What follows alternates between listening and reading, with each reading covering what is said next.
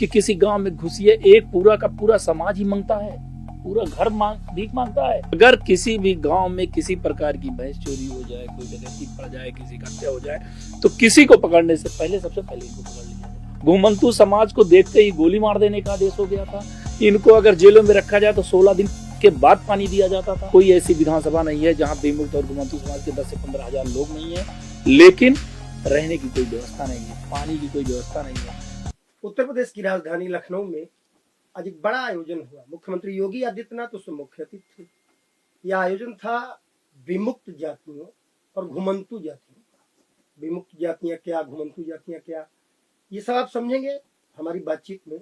लेकिन सबसे पहले हमें बता दें कि मुख्यमंत्री योगी आदित्यनाथ उस कार्यक्रम में बहुत उत्साहित थे और जो उनके शब्द थे उससे लग रहा था कि वो कुछ ऐसे लोगों के बारे में बात कर रहे हैं, कुछ ऐसे लोगों के बारे में आज कुछ कहने जा रहे हैं जिन पर उन्हें घमंड है, जिन पर वो गर्व करते हैं।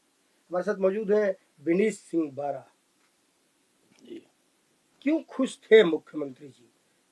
महाराणा प्रताप के साथ लड़े घुमंतु लोग इसलिए, या इस देश की आजादी में मुगलों से, अंग्रेजों से लड़ते ही रहे घुमंतु जाति के लोग इसलिए, या आज उन्हें कुछ करने का मौका मिला था आप लोगों के लिए इसलिए?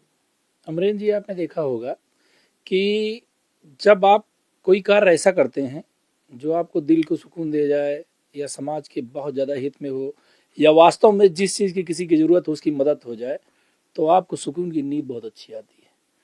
आज हमारे माननीय मुख्यमंत्री जो हमारे इस घुमंतु समाज के लिए आज देवता बन गए, वो निश्चित तौर पे खुश इसलिए हैं कि आज जो घुमंतु समाज 1871 से मांग कर रहा था, 1871 से जिस यातनाओं को भुगत रहा था, जिससे आज़ादी उसको सच में आज तक नहीं मिली थी। आज तक मैं इसलिए कह रहा हूँ कि देश तो आज़ाद हो गया था लेकिन ये नहीं आज़ाद हो पाए थे। वहाँ आज़ादी आज इनको दिलाने में आज एक कील उन्होंने ठोकी है जो निश्चित तौर पे इस समाज को बहुत आगे ले जाएगी। आजादी से जिस चीज की मांग हो रही थी, जो सुकून देने वाला हो, दिल को सुकून देने वाला, जिससे मदद हो जाए समाज की और जिससे कल्याण हो जाए लोगों का, अब तक वाले क्यों नहीं कर पाए? सोच की बात है। अब आप बस उनकी सोच आप समझिए कि देश आज़ाद हो गया था 47 में, लेकिन विमुक्त समाज आज़ाद हुआ। विमुक्त नाम ही इसलिए आया कि 52 में जब सरदार पटेल जी जेलों का दौरा करने गए तो वहाँ पे उन्होंने देखा कि आज़ादी के बाद से जिन लोगों को जेलों से निकाल दिया गया, एक आदेश पारित कर दिया गया 1947 में कि जितने लोग जेल में बंद हैं उनको निकाल दिया जाए।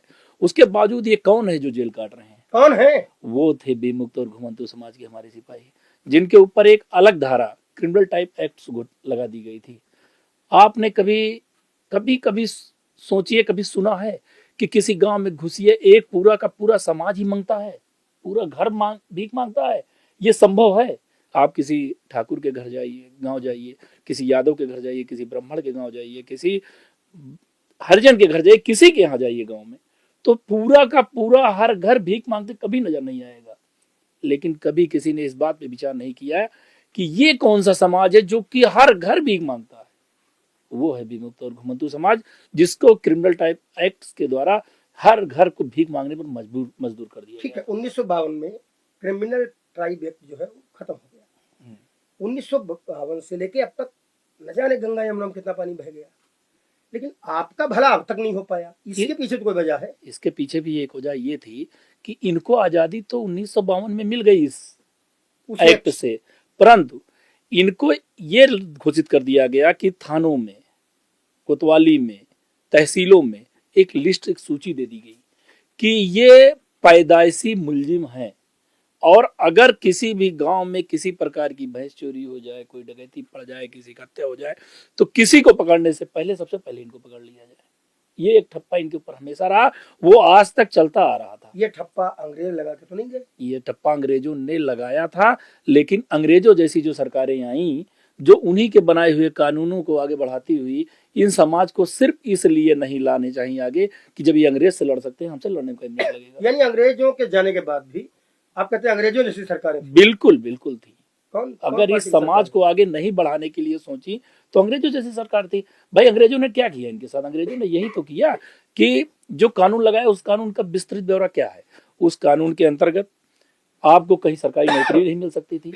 अंग्रेज एसपी हो जाया करते थे, डीएम हो जाया करते थे, कोतवाल हो जाया करते थे, लेकिन सिपाही तो भारतीय थे ना, जी। लेकिन इनको वो भी नहीं मिलना था। उसके बाद इनको शिक्षा नहीं मिल सकती थी, इनको प्राइवेट में भी कहीं नौकरी नहीं मिल सकती थी। घुमंतु समाज को देखते ही गोली मार देने का आदेश हो गया था। इनको अगर जेलों में रखा जाए तो 16 दिन के बाद पानी दिया जाता था। ऐसी टाइप की जो यातनाएं अंग्रेजों ने इनके साथ की, तो इनके पास कुछ बचा ही नहीं रह गया। अब ये अपने घर जाएं, जैसे रविंद्र जी हमारे प्रदेश जी आपसे बात कर रहे थे, अगर रविंद्र जी अपने घर जाते और उसके बाद इनका बच्चा खाना मांगता, तो ये कौन सा काम ऐसा करते थे जिससे खाना दे सकते थे। तो इन्होंने क्या किया कि बगल वाले से खाना मांगा और अपने बच्चे को खिलाया। 2 दिन बाद बगल वाले ने देना बंद कर दिया, तो तीसरे से मांगे। इस तरह इन लोगों को मांगने खाने की आदत पड़ गई। और धीरे धीरे धीरे धीरे जब न नौकरी है, न चाकरी है, न खेती है, न बारी है, और उसके बाद कानून इस तरीके का है, तो एक रास्ता बचा मांगने का। इसीलिए पूरा का पूरा समाज मांगता रह गया, मंगता नाम रख दिया। मंगता नाम रख गया। इनकी कोई जात मंगता नहीं है, इनका काम मंगता है। अच्छा, संविधान बना, आरक्षण आया, बड़ी बड़ी बातें आई, जिसकी जितनी भागीदारी उसकी उतनी हिस्सेदारी। तुम्हारी किसने उठाई जिम्मेदारी? हमारी जिम्मेदारी सच पूछिए तो 2012 तक तो किसी ने नहीं उठाई थी, लेकिन 2012 के बाद थोड़ा थोड़ा करके उठाना भाजपा सरकार ने शुरू किया, जिसमें बहुत सारे लोगों ने सहयोग किया।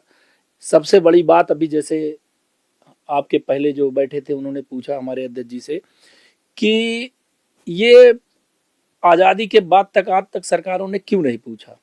अभी आपने भी मुझसे यही सेम सवाल किया, और यही पूरा सवाल 1947 से हम लोग भी करते चले आ रहे हैं। हमारे दादा बाबा, हमारे परदादा विमुक्त घुमंतु समाज के लोग करते चले आए, लेकिन जवाब किसने दिया? जवाब दिया नरेंद्र मोदी सरकार ने। बुलाया, बैठाया, समझा, उनकी जनगणना करवाई, उनकी देखा कि हाँ जो हम कह रहे हैं वो सत्य है, कि या जो लिखा गया है संविधान में कि हम एकदम बढ़िया से रह रहे हैं वो सत्य है। ये बुलाया, बिठाया, समझा, ये कोई और लोग क्यों नहीं किए? कुछ तो आपको लगता होगा, इसलिए कि आज जब आप समझदार हो गए, जब चीजें आपके हाथ में होने का समय आया है, तब अगर आप विचार करें, पूर्व में जाए, तो आपको लगता होगा ये बुलाया, बैठाया, समझा बाकी लोग कर लेते तो उनके हिस्से में श्रेय न जाता। ये तो उनकी किस्मत है कि उनको श्रेय लेना चाहिए था, लेकिन उन्होंने इसलिए नहीं लिया कि उनको ये लगता था कि ये कहीं है ही नहीं है, और ये जब अंग्रेजों से लड़ रहे हैं तो कल को ये गद्दी मांगना चालू कर देंगे, हिस्सेदारी मांगना चालू कर देंगे। आज ये एक विधायक नहीं है, एक सांसद नहीं है, शिक्षा नहीं है, खाना नहीं है, पीना नहीं है, उसी में परेशान है। कल इनके पास शिक्षा हो जाएगी, खाना हो जाएगा, पानी हो जाएगा, पीने के लिए व्यवस्था हो जाएगी, तो ये क्या करेंगे? फिर मांग चालू कर देंगे ना। तो इनको इस लायक बना ही ना जाए कि मांग करें। अभी इससे पहले के इंटरव्यू में 2 लोगों से बातचीत हुई, हमारे संपादक जी ने की, बिल्कुल, और उन दोनों लोगों से जो सवाल जवाब हुआ उसमें एक पीडीए वर्ड निकल के आया। कार्यक्रम में भी पीडीए वर्ड निकल के आया, पीड़ित, दुखी, अविकसित। एक पीडीए वो भी है जिसकी बात अखिलेश यादव करते हैं, उत्तर प्रदेश के पूर्व मुख्यमंत्री। हालांकि आज तक उन्होंने स्पष्टता से परिभाषित नहीं किया कि उनके पी का मतलब क्या, डी का मतलब क्या, ए का मतलब क्या। नहीं, आपको क्या लगता है अखिलेश के पी डी ए का मतलब क्या है? नहीं, यहाँ आप गलत हैं। पीडीए को अखिलेश यादव जी ने बहुत अच्छे ढंग से समझाया है। हाँ, ये है कि समय और स्थान बदलते रहे और पीडीओ की परिभाषा बदलती रही। जब वो कहीं जाते थे तो वहाँ पीडीए में ब्राह्मण शामिल हो गया, जब कहीं और जाते तो पीडीएम पिछड़ा शामिल हो गया, कहीं और जाते थे तो अल्पसंख्यक शामिल हो गया, कहीं और जाते थे तो अगड़ा शामिल हो गया। जैसे कि अभी हमारे अध्यक्ष जी ने बताया कि पीडीए का मतलब होता है पहला दावा अपना, तो उसका पूरा सार यही है कि हर व्यक्ति यही चाहा, हर जितनी सरकारें नहीं यही चाहिए, पहला दावा अपना। किसके? अखिलेश के पीडीए का मतलब पहला दावा अपना। पहला दावा अपना। तो फिर आज जिस पीडीए की बात, पीड़ित, दुखी, अविकसित, पीड़ित, दुखी, अविकसित, मुख्यमंत्री योगी आदित्यनाथ के सामने हुई, मुझे लगता है आपका समाज उस पीडीए से आता है। हमारा समाज ऐसे पीडीए से आता है जो, कभी आप गांव जाइए, किसी भी गांव का दौरा करिए, तो आपको कुछ घर कच्चे दिखाई पड़ेंगे, कुछ घर पक्के दिखाई देंगे, कुछ घर ऐसे दिखाई देंगे जो टटरा से घेरे गए हैं, लेकिन कुछ घर ऐसे दिखाई देंगे जो काली काली पन्नी डालकर और रहते हैं और रह रहे हैं। बच्चे उनके निकलते हैं, मांगते हैं, खाते हैं, फिर घर आते हैं। जैसे कि आप कभी शहीद पथ के किनारे से गुजरिए, शहीद पथ के नीचे आप देखिए कुछ ऐसे परिवार रहते हैं। सुल्तानपुर हमारे जनपद आप आइए कि जहाँ पे ऐसे लोग हैं कि जिनकी गिनती नहीं होती है। मैंने एक कार्यक्रम अपने माननीय नेता श्री ओम प्रकाश राजभर जी के द्वारा आदेशित होने के बाद इसका एक सर्वे करना जब चालू किया, तो लोगों ने मुझसे कहा कि तथाकथित उन लोगों ने जो अपने आप को पीडीए कहते हैं, तथाकथित उन लोगों ने जिन्होंने अपने आप को पीडीए का दावा किया है, उन्होंने कहा यार ये बताइए आपके मंत्री हैं और आप अपने मंत्री की बेइज्जती कराने ला रहे हैं, 500-600 नहीं है, ये कौन सी जात है, 12 समाज, विमुक्त समाज, घुमंतू समाज। लेकिन जब हम लोगों ने हमारे बीच में हमारा छोटा भाई एक पंकज बैठा हुआ है, ये भी हमारे ही जनपद से आते हैं, जब हम लोगों ने गांव गांव जाके सर्वे करना चालू किया तब हमको पता लगा एक कोई ऐसी विधानसभा नहीं है जहां विमुक्त और घुमंतू समाज के 10 से 15 हजार लोग नहीं है, लेकिन रहने की कोई व्यवस्था नहीं है, पानी की कोई व्यवस्था नहीं है। जब ये जल जीवन मिशन के नाम से जो चलाई गई योजना, इसमें जाके इन लोगों को पानी की व्यवस्था हो पाई है। जैसे अभी बता रहे थे हमारे अध्यक्ष जी की, आज माननीय मुख्यमंत्री जी ने आदेशित किया कि घोषणा की कि इनका आयोग गठित होगा, इनको जहाँ ये रहे पट्टे दिए जाएंगे। पट्टे से ज्यादा घरौदी, घरौदी क्या होती है? घरौदी ये है कि जहाँ आप रह रहे हैं चाहे वो आवासीय हो, जैसे खेत की खतौनी, वैसे घरौदी। तो सबसे पहले तो इनको मकान मिल गया, आज तक तो इनके पास मकान ही नहीं था। ठीक है, मुख्यमंत्री योगी आदित्यनाथ ने घोषणा की कि वो विमुक्त और घुमंतू बोर्ड बनाएंगे, आयोग बनाएंगे। उन्होंने ये भी घोषणा की कि पट्टे देंगे, मकान देंगे, जो जहां है, अगर वो जमीन सरकार की है, अगर वो जमीन किसी अन्य व्यक्ति की नहीं है, विशेष व्यक्ति की, तो उनको पट्टे के माध्यम से दे दी जाएगी। लेकिन देन लेन तो बराबर का होना चाहिए। अगर उत्तर प्रदेश के मुख्यमंत्री योगी आदित्यनाथ वाकई कुछ देना चाहते हैं जो आज तक नहीं दिया, आपको किसी और ने नहीं दिया तक, आप क्या दे पाएंगे उनको? कुछ आपके पास है देने के लिए? हमारे पास ये है कि जब तक हमारी जातियां, हमारी विमुक्त और घुमंतू समाज जब तक इस धरती पे संघर्ष कर रहा था और उस संघर्ष को हल करने वाले देवता स्वरूपी माननीय मुख्यमंत्री जी आए, आज के बाद आप ये समझिए 2047 का सपना इन लोग देख रहे हैं, उसको पूरा करने में अगर सबसे बड़ी जाति कोई काम करेगी तो हमारी जाति। 2047 का जो सपना, विजन डॉक्यूमेंट 2047, जैसा कि आपकी जाति पूरा करेगी? बिल्कुल पूरा। क्या है ताकत, क्या है, क्या ताकत है आपकी? जिस ताकत एकदम से आप उखाड़ने की बात करते हो, क्या है वो ताकत, बताइए। उस ताकत का नमूना आज आपने देखा होगा, जहां आप कार्यक्रम में मुख्यमंत्री जी के, और नहीं तो 6 मार्च को सुल्तानपुर में एक रैली हुई थी, वहां भी लोगों ने यही पूछा था कि क्या है, कौन सी ताकत है, और उसके बाद 20 से 22 हजार की लोगों की संख्या में वहां पे रैली हुई, जिसका नेतृत्व हमारे मंत्री, पंचायती राज मंत्री श्री ओम प्रकाश राजभर जी ने किया था। इसी प्रकार से हर जनपद में हम लोग अपने संगठन की रैली, अपने संगठन के जिला अध्यक्ष, ब्लॉक अध्यक्ष, ग्राम अध्यक्ष बना के अपनी पार्टी के साथ, अपने संगठन के साथ अपनी सरकार को बनाने का और लंबे समय तक बनाए रखने का कार्य करेंगे। हमने सुना है कि तरक्की के लिए तालीम, तमीज और ताकत तीनों की बड़ी जरूरत है। क्या आपका समाज तालीम, तमीज और ताकत की तरफ बढ़ेगा? जिस दिन हमको घर मिल गया, उसके बाद हमको शिक्षा मिलेगी, उसके बाद हमको खेती मिलेगी, उसके बाद हमको खाना मिलेगा। तो जब हमको हर चीजें मिलना चालू हो जाएंगी तो मैं आपको विश्वास दिलाता हूं कि हम लोग उस ताकत में होंगे जहां अन्य जातियां आज बैठकर हमको आंखें दिखाने का काम परसेंटेज में हो। जैसे मैं आपको बताता हूं, जैसे कि आपने सुना होगा कि एक नियम, एक कानून लगा कांग्रेस सरकार में कि जीवों का संरक्षण अधिनियम, जीवों को संरक्षित किया जाए और इनको पालने पोसने वाला जो काम था ये सब बंद करा दिया जाए। आप बताइए हमारी जात के साथ कितना बड़ा अत्याचार है ये।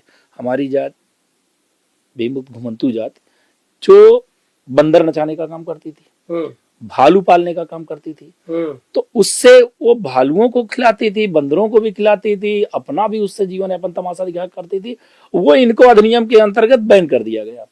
और जो जातियां आज खुलेआम रोडों पे बकरा काट रही हैं, मुर्गा काट रही हैं, मछली काट रही हैं, वो इस अधिनियम के अंतर्गत नहीं आता है। यानी काटने वालों का स्वागत है। हाँ, काटने वालों का स्वागत, और पालने वालों के लिए नियम लग गया कि हम नहीं पालेंगे, तो पता लगा हमारा रोजगार भी छिन गया।